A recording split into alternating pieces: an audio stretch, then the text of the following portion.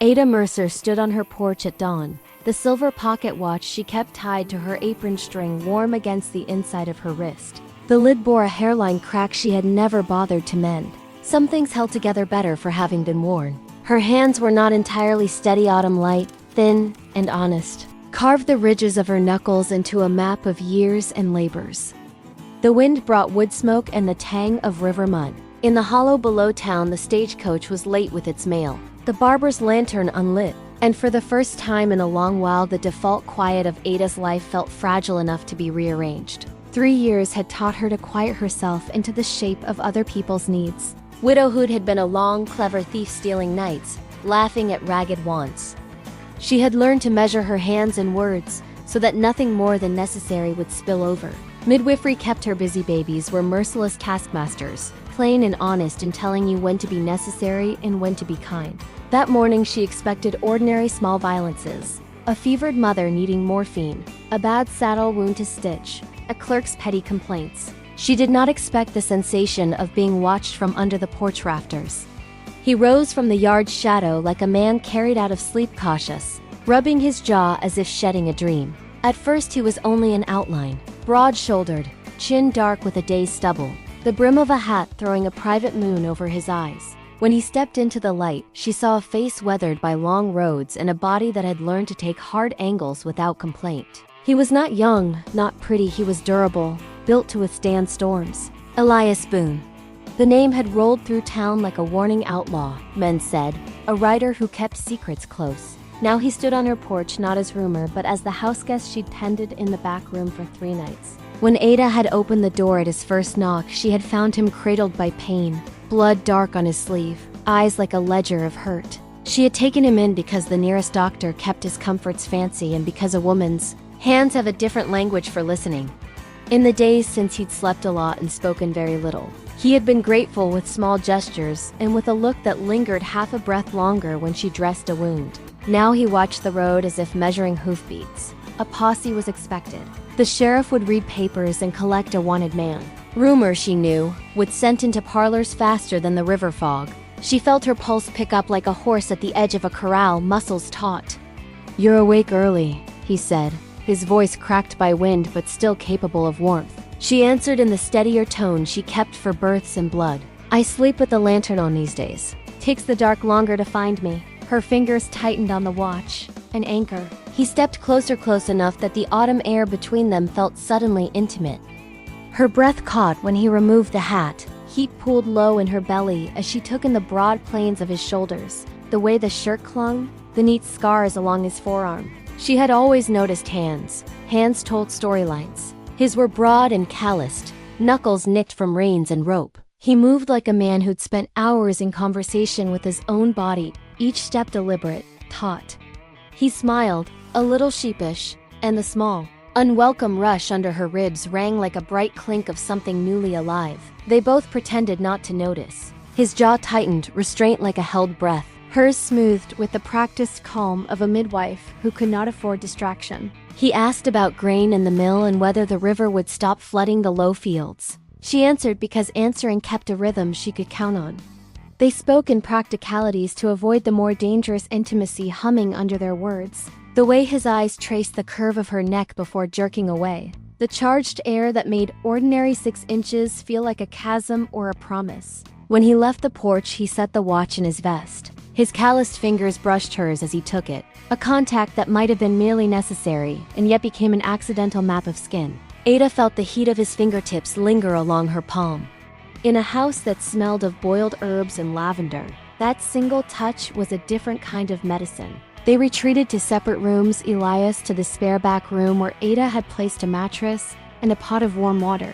Ada to the kitchen, arranging bowls and herbs as if the choreography of preparing could steady the loosening in her chest. The town moved with its slow morning, the blacksmith's bellows, children skipping past the mercantile with pockets full of stones, Mrs. Gable's oven sending the smell of bread down Main. Yet, beneath ordinary sounds there was a high note of possibility tugging at the hems of their days. Act 1 closed with them apart, but senses cleaved to the other's presence. Ada passed his closed door, and, without thinking, laid her hand on the knob, feeling the faint warmth that seeped from his breath into the air. He lay awake, listening to the boards creak under her step, imagining the line of her silhouette among moonlit jars. Neither crossed that threshold. Both had learned to keep territories. Outside Ada's porch, the world had a posse on the road, and any misstep could make them evidence. Proximity crept in small, insistent ways. Ada had always plaited her hair into 2 long ropes to keep it out of the way. Now she let one strand slip loose and tucked it behind her ear with a private attention to how the hair brushed her neck. Elias found reasons to linger. A task needing an extra pair of hands, an argument about the weight of a flour sack. He came into the kitchen with sleeves rolled up and the air of a man who meant to be part of the day's work.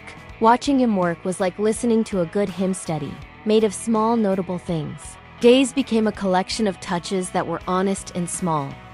He handed her a cup of water, and their fingers brushed. She passed him a bandage, and his thumb lingered on her skin an extra second. Once, bending to stoke the fire, his shadow fell across her shoulders, warmth radiating from his body until her senses elongated. She could feel his heart beat, 3 slow, measured beats, and her breath snagged as if the world had stilled between exhale and reply. The town's eyes were never idle. Rumor traveled on greasy tongues. In the grocery, a woman let drop an anecdote that landed like a stone against Ada's clean windows. "You know there's been a Boone sighting down at the ridge?" Names were never spoken without a thrum of fear. Ada felt the town weave judgment in her absence, threads of suspicion she lacked the strength to untangle. Elias watched her with an expression part apology, part fierce protectiveness. It cost him to keep his hands fisted, to stop his fingers from reaching for her in comfort, from covering her shoulders when talk chilled the air. Restraint became a visible muscle doing its work. One afternoon, mending a shirt for a neighbor, Ada nearly tore a seam. Before she could protest, Elias's fingers were warm and steady at the small of her back, steadying more than cloth. His touch lingered on her waist. Their faces were an inch apart. The room pivoted on that breath, and Ada felt an old wall she'd built for safety begin, very quietly, to give. She was practical up at dawn for the fevered, wrapping a newborn in a blanket the night before. Of all things, she trusted action. Do what needs doing. So when the town doctor arrived with his leather folder smelling of tobacco and law, and the sheriff's deputy rode in with a posse's grimness, the quiet decisions she'd made turned into something else. It had been 3 nights since she'd hidden Elias beneath the spare quilt. He had promised to leave when it was safe. She had promised to keep his secret, because her list of owed mercies was long and earned. Proximity invented its own rules in the kitchen. They worked side by side easily. She chopped onions with a practiced rhythm, eyes stinging from the scent. He caught her wrist to steady the knife and she felt whole. His fingers were bred in rope, worked to strength. He loved small ways she arranged things, stacking stitches, folding herbs like a liturgy, and told her in cornered sentences, "You do it so well." In quiet tasks, their bodies learned the other's fit. He could anticipate her reach for a spice, offering it from the exact angle she liked. She watched him watch the curve of her forearm, the set of her jaw as she concentrated. The house filled with little levies of touch that redirected the slow swell building in both of them. One night by the wood stove, the room turned to amber. They sat on the ragged rug, knitting slippers for a neighbor's newborn, knees nearly touching. The fire painted his cheeks a steady red. He told stories. A ride so cold the horses slept with one eye open, a preacher with a soft voice, a sky that listened to confessions like a patient thing. Ada listened with the tenderness she gave laboring women. When she laughed, real and unguarded, his whole face warmed as if lit from the inside. His first deliberate touch came like both violation and benediction. He reached for the thick braid she had recently let hang loose. He cupped it, fingers spread, as if measuring for a right fit. "You always keep it so neat," he murmured, not meeting her face. The motion was gently possessive and reverent. She flinched, then did not move away. She let the braid slip through his hands. He tucked a loose strand behind her ear. His thumb grazed the delicate skin behind her lobe, and something in her uncoiled. They began to seek one another's company under small pretenses. He mended a fence near her garden, and she accepted not only for the fence but to watch the line of his back. He asked for help sorting medicinal herbs. She delighted in showing him how chamomile sighed into boiling water. Often their closeness was simply functional. Hands passed, eyes met, understanding widened. Shadows gathered. The posse's long absence turned present again. Sheriff Harlan Briggs wore his law like brass booming, uncompromising. He was a hulking thing, a man whose voice read warrants and whose hand had no patience for explanations. Townsfolk who used to smile now measured their looks. Some kept distance. The deputy, a young man with an untroubled face, strolled in one morning and offered a smile that did not reach his eyes. "We reckon Boone passed through this way last week," he said, and suddenly the air between Ada and the deputy felt like winter. Elia's restraint frayed in that cold. He had known life on the run, denials and speed and an ache of watchfulness, and he felt unmoored in town because Ada had made a home he did not intend to merely pass through. Yet, whenever he opened his mouth to help or to take blame, she stopped him with a look that meant, "We will do the necessary in our own time." Her eyes were orders. They steadied him more than any sheriff's reprieve. He wanted to touch her for reasons beyond longing, to fit himself into the small comforts of her life. He stayed because he wanted to practice being a man who belonged. The first real rupture came not from the posse but from fear. A rider loped in with news that the sheriff was forming a new posse to search every cabin within an hour of Ash Creek. The town council met in a flurry. Whispers circled Ada's door. That a woman who delivered babies might harbor an outlaw seemed scandalous, touching old stories about loyalty, weakness, sin. Ada, who had guarded her independence like a well-sown field, suddenly found everything spiced with danger. Elias said he would go. He tucked his jaw downward, drawing himself into a knot. "You don't have to harbor me," he said. The sentence sounded like confession. His fingers twisted the watch chain into a loop. It hurt him to offer the life of less danger to her, courage that made his chest look brittle. "You don't have to ask me," Ada replied, the evenness of her voice masking the quake in her bones. "I don't keep people because it's easy.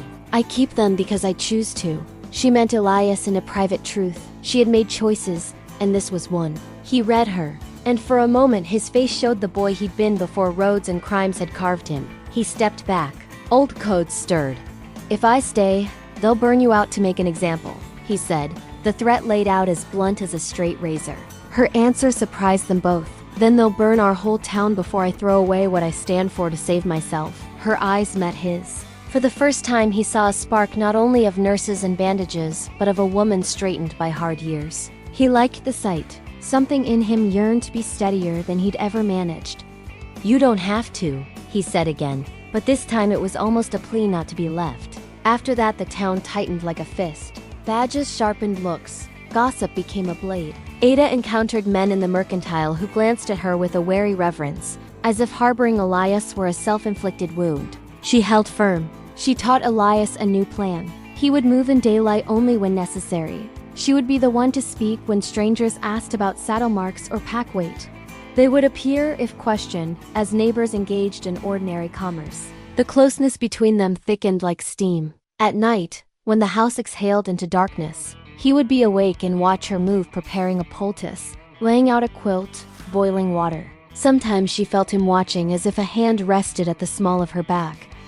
A week without prying eyes allowed small intimacies to form, a hand resting longer on his shoulder, a protector's arm throwing a wide shadow over a child's play. He began to touch her with intention, not habit-like fingers on a wrist when she flinched, a steadying palm at her back when she bent, a hand tucked into the small of her waist as they crossed a room, a vows' promise made of touch. One evening, with a jar of nettle tea between them, she watched him listen to gossip like a man sifting for truth. He cocked his head sometimes, counting details like coins. She found herself leaning toward the attentive slope of his ear, and the way his jaw set when he stilled against speaking. "Don't," she said once when he started a memory that seemed too dangerous to share. Her voice caught. The single word was an order that contained desire. He looked at her, really looked, and his face broke open like a confession. The deputy's laugh from the next room sounded like nails on a coffin. He swallowed and did what she asked. He didn't speak. Proximity had turned into need. Both felt a hunger not only of bodies but of companionship, the tender, steady companionship that comes from being seen without prefaces. They were cautious creatures shaped by survival, yet when hands brushed in the wash basin, it felt like a line they had rehearsed crossing without ever learning an end. Fear reasserted itself like an old law.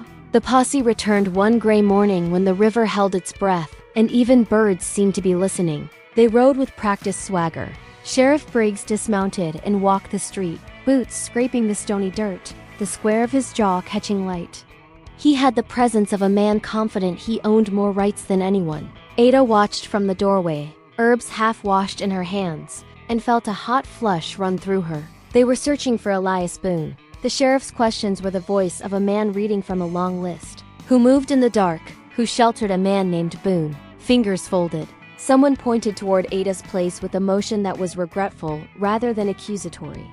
Elias stepped into porch sunlight like a man prepared to be taken. He carried the look of one who'd faced more storms than a town could imagine and had accepted the weather. Ada felt her stomach drop, not for herself so much as for the knowledge that the price of her protection might be reckoning. She had hidden a man and now must stand in the breach. "Mr. Boone," Sheriff Briggs said. His voice read charges like scripture. "You face a charge for robbery and..." His eyes flicked to the spare room windows. "We've got a warrant." Elias's hands were empty, only a hat, the watch, and the stories of his life. He looked at Ada, and their gaze held a whole conversation. Leave or stand? Ada walked forward and planted herself between the sheriff and the man she'd sheltered. Her spine straightened like a well-fitting coat settling on shoulders unused to being asked for protection. "You won't take him," she said, the sentence leaving no room for debate. The sheriff arched an eyebrow and smiled with the slow pleasure of a man sure rules bend to him. "Ma'am," he began, all the law gleaming in his voice. "I couldn't say how the law will act for your kindness, but harboring a wanted man is..." "If you take him," Ada cut in, her voice edged with iron, "you take my consent to be a neighbor any more than the law allows. I will not let you drag men through the dust because a name frightens you. Bring your warrant. Search my house. Do your job, but do not take what I choose to give." "You won't take him." In her words sat the life of a woman who'd borne children into cold rooms and sown hope into the hems of other people's lives. For once she decided the preservation of one person was worth every cost. The deputy shifted, the posse's faces tightened. Sheriff Briggs, grand and dangerous, stepped forward. "Woman," he began, and the word died under the weight of her look. What happened next slid out of the ordinary like a bird startled from a hedge. Ada reached for the old musket her late husband left by the hearth, a heavy, honest thing smelling of oil and old fires. She had never fired it in a way that mattered save once to take a fox from a trap, but the weight steadied her. She set the barrel in the crook of her arm and pointed with the measured knowledge of a woman who knows aim. The posse's laughter died. "Stand down," she ordered, voice carrying the cadence of a midwife, calling a woman through labor direction that admitted no question. Her finger rested near the trigger but never committed. The threat lived in the promise of consequence, not blood. It was an authority born of a woman's willingness to act. Elias watched her like a man watching firelight. The sheriff hesitated, weighing spectacle against town scorn, calculation against the softness of a woman's courage. He chose to comb the narrow line men in brass sometimes do, not used to decisions without clear reward. "Search the house," he said, finally, words chosen like stones. "But we'll do it with courtesy." Defeat and calculation both showed. Ada allowed the search, but walked with the posse like a queen with nothing to hide, smiling with a small strategic warmth. Men chuckled, folding themselves into breezy rationales, but the room in the back where the mattress lay was watched by the stubborn dignity of a woman keeping things clean. The searchers found lavender and boiled herbs. They found nothing of the outlaw. He had slipped out at dawn and left a furtive apology on the table. When the posse left disappointed, the town exhaled. Ada felt hollowed out, like she had placed a portion of herself at sacrament and found it missing. That evening Elias did not return. He had left to protect her, as he had promised. The ache of not knowing where he'd gone sat heavy in her chest. She saw again the last image of him at her doorway, the warm watch tucked in his vest, and understood with a clarity that stung how much she had to lose. The house felt too still, corners full of memory. Night unfurled desire into something small and raw. Ada lay awake with the ache of absence. Desire had been an intellectual risk until it became personal. She found herself cataloging the precise angles of his hands at the stove, the way his breath warmed the hollow beneath her ear when he leaned close to hear her cough, the small fit of his fingers when offering tea. She was unaccustomed to longing. She had been used to provision and work and the quiet intimacies of care. Want for Elias arrived like an uninvited guest. She finally had to seat at the table so it would not overturn the rest of the house. Elias rode under a moon wearing a sliver of modesty, feeling the same hollow. He had left because he could not siege a town's laws with the smallness of his affection. He had left to spare Ada the law's blunt edge, yet leaving tasted like defeat. He rode with the ache of being kept not merely from pity but from choice, a mark branded into him. For nights they lived with absence like a companion. Ada woke with his memory in the room like perfume she couldn't wash off. She imagined him under stars unloved in some ways, measuring distances the way men on the run do. She dreamed his hands, those hands on her chest, tender and asking permission to stay. He returned with the carefulness of men who have little grace but much care. One dawn, when late autumn air had that knife-keen clarity and frost licked the ground, he rode up the path, caped against cold. He dismounted without fanfare and stood a long while, memorizing the house's angles. Ada met him on the porch. Neither spoke.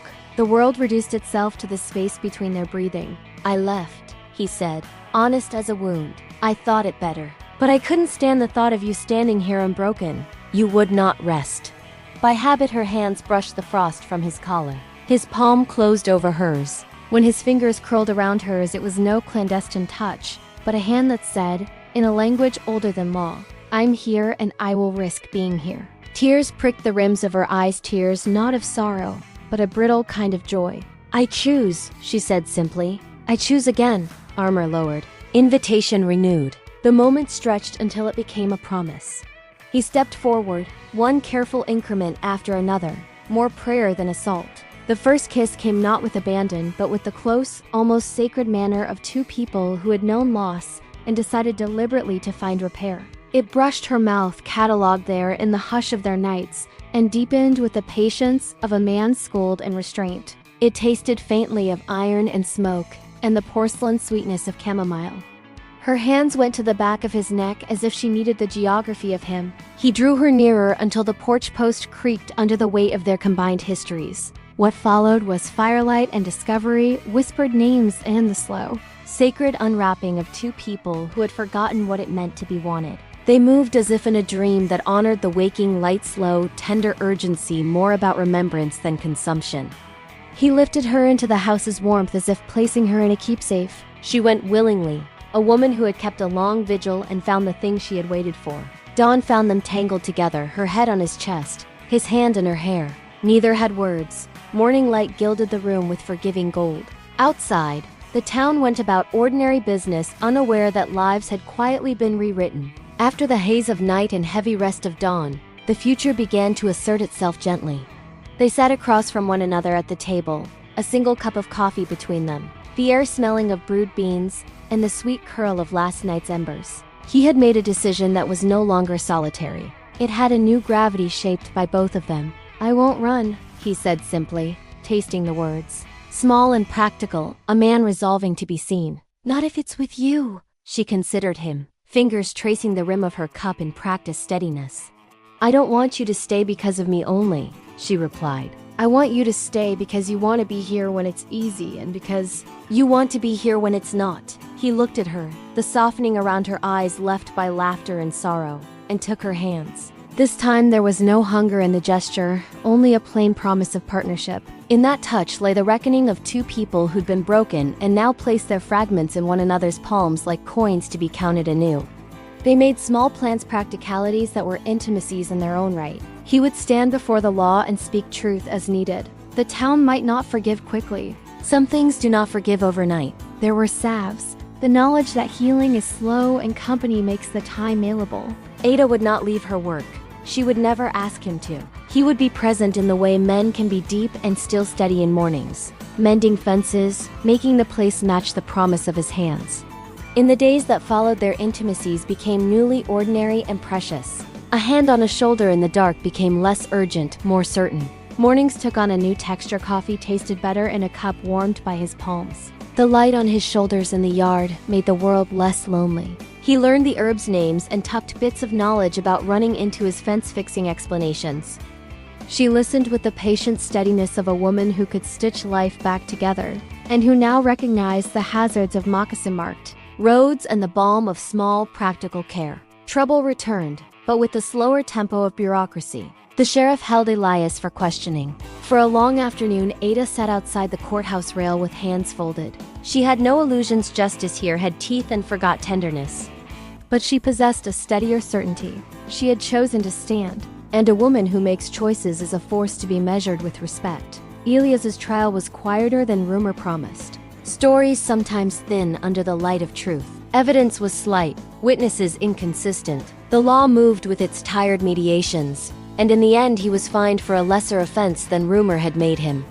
He was neither hero nor villain, but, in the way that mattered to Ada, a man willing to stand in the wash of consequence rather than return to running. They held one another afterward with a tenderness unrelated to triumph. Townsfolk began to see him as less shadow, and more neighbor who carried wood and apologized for overstepping a fence. Their intimacy was a slow blooming, a hand on a back at the wrong half hour, a cup of tea held with two hands, a kiss stolen between chores. Gossip lost its power before the steady ordinariness of two people plainly in love.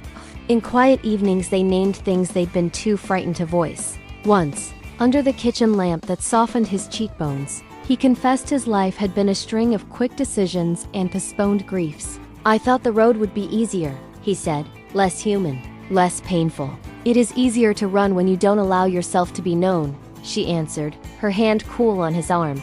"But it's lonelier than mending a fence. Less honest." They fit into each other's days like rhythms finding concord. She found in him a stillness that loosened the careful tensing she'd carried for years. He found in her a bravery that asked not for rescue but for companionship. Where once she measured proximity like a midwife timing contractions, now she measured it with gentler scales of affection and trust.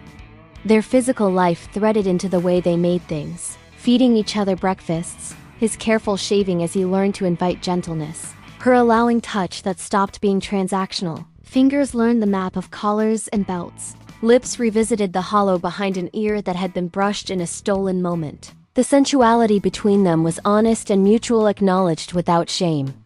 At night their rituals read like vows, a hand on a hip, the whisper of a name, a gentle press of a kiss that promised more while keeping the outside world at bay. Months later, in the garden where the mended fence rose and nettles yielded to flowers, Ada looked at Elias and saw a man traveled but no longer adrift. They had been saved not from law but from loneliness. Each had raised courage in the other.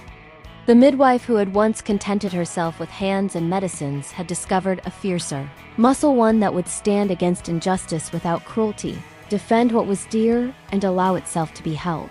One evening as the river became a strip of beaten gold, Ada took his rough hand in hers and let herself be small and fierce in a way wholly owned. "We have made something out of nothing," she said, smiling with the ease of someone exactly where she ought to be.